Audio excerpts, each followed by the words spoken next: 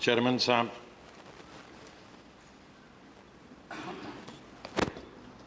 आज एक भारी दिल से आपको हम विदाई का यहाँ भाषण सब कर रहे हैं। पिछले 38 साल से मुझे आपको जानने का मौका मिला। 1980 में जब मैं पहली दफ़ा एमपी बना और कुछ महीनों में ही यूथ ऑर्गेनाइजेशन का हेड बना, तो उन्होंने उस वक़्त में आज के मुकाबले में यूथ कांग्रेस प्रेसिडेंट तकरीबन बड़े हर ऑफिशियल फंक्शन में मौजूद होते थे। प्राइम मिनिस्टर को एयरपोर्ट पे जो एयरफोर्स का है वहाँ रिसीव करना, सी ऑफ करना, डिग्नेटरीज को रिसीव करने में शामिल होता था। और आप चीफ ऑफ प्रोटोकॉल थे और इंदिरा गांधी जी के बहुत निकट थे, क्लोज थे। मैं देख रहा हूं कि उसके बाद मैंने कोई भी चीफ ऑफ प्रोटोकॉल की शक्ल कहीं नहीं देखी, लेकिन उन दिनों बहुत एक्टिविटीज़ होती थी।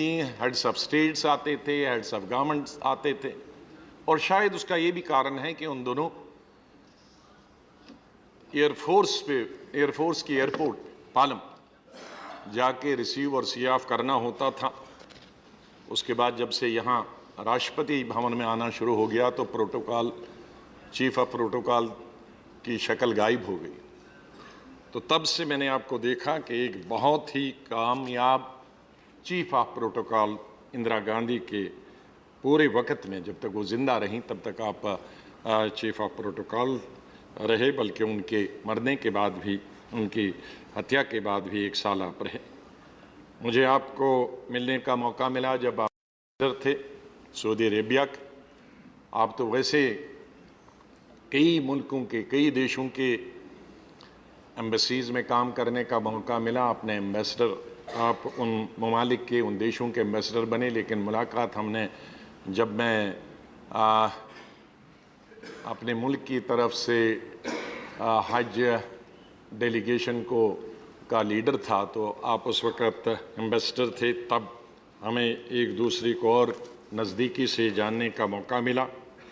आप जब वाइस चांसलर रहे अलीगढ़ मुस्लिम यूनिवर्सिटी में, उस वक़्त भी आपका जो काम है वो सराहा गया पूरे मुल्क में, और ख़ास तौर से जो एजुकेशन बिरादरी है उसमें आपका काम को बहुत सराहा गया। मैं आपका बहुत आभार प्रकट करता हूं, बहुत आपका को मुबारकबाद देता हूं कि जब मैं चीफ मिनिस्टर था और माननीय प्रधानमंत्री जी ने, डॉक्टर मनमोहन सिंह जी ने 3 राउंड टेबल कॉन्फ्रेंस का गठन किया, कश्मीर के मुद्दे को सुलझाने के लिए और तमाम पार्टीज़ को, पॉलिटिकल पार्टीज़ को कॉन्फिडेंस में लेने के लिए।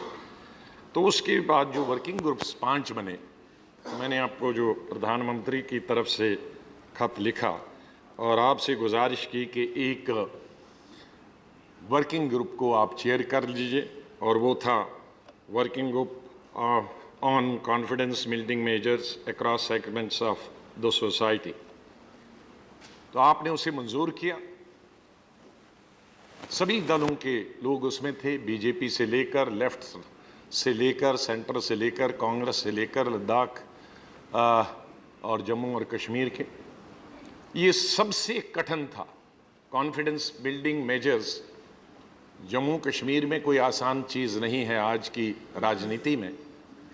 तो आपने सभी को कॉन्फिडेंस में लेकर, सभी ग्रुप्स को आप सुने, तमाम लोगों को आपने सुना, और 11 महीने के बाद, कई चेयरमैनों को तो शायद 1-1, 2-2 साल लगे अपनी रिपोर्ट देने में, लेकिन आपने 11 महीने के अंदर अंदर वो रिपोर्ट पेश की, और मुझे उम्मीद है कि ये सरकार कभी उस पर अमल करने की कोशिश की।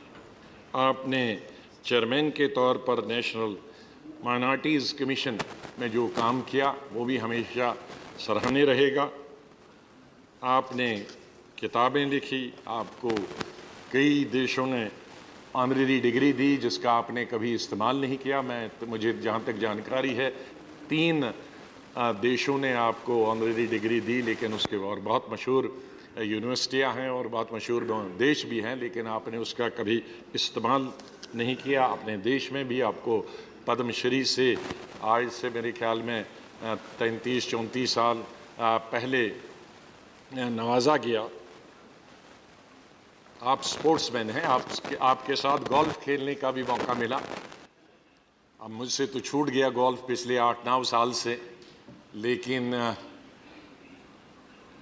मैं समझता हूं कि अब आपको समय मिलेगा गोल्फ खेलने का।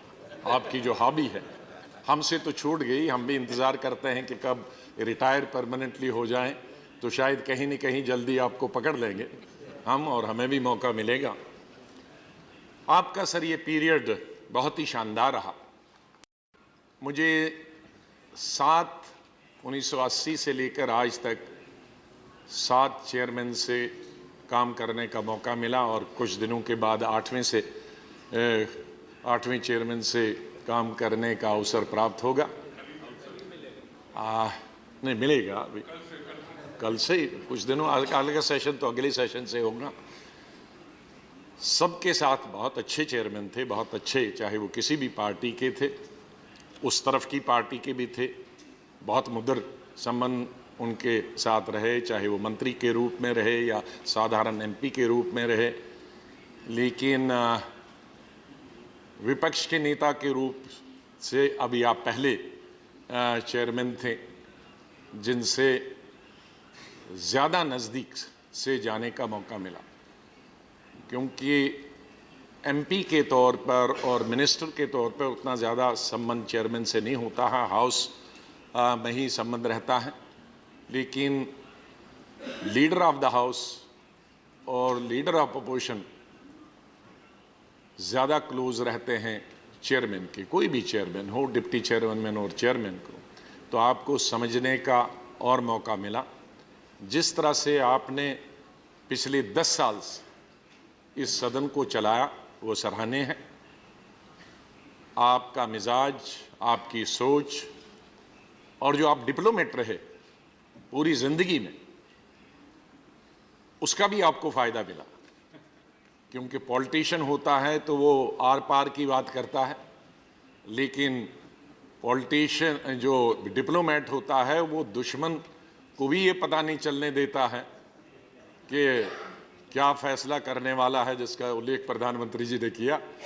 तो उस डिप्लोमेसी से आपने इस सदन को चलाया, अपनी शराफत से, अपने सॉफ्ट स्पोकन जो आपकी शैली है, भाषा है, ज़बान है, उससे आपने इस पार्लियामेंट को एक रौनक बख्शी। मैं आपको मुबारकबाद देता हूँ।